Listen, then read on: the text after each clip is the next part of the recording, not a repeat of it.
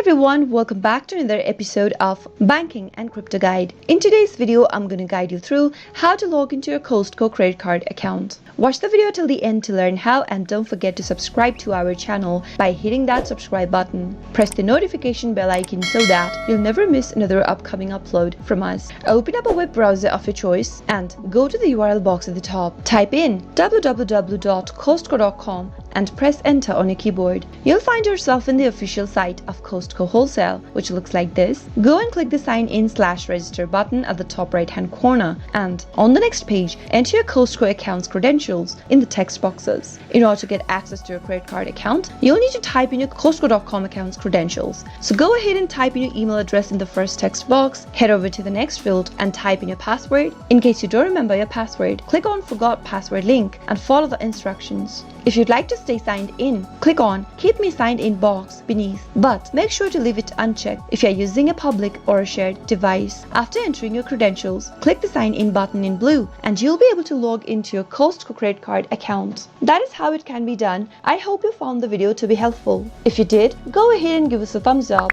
I'll soon be back with more videos like this. Thank you for watching.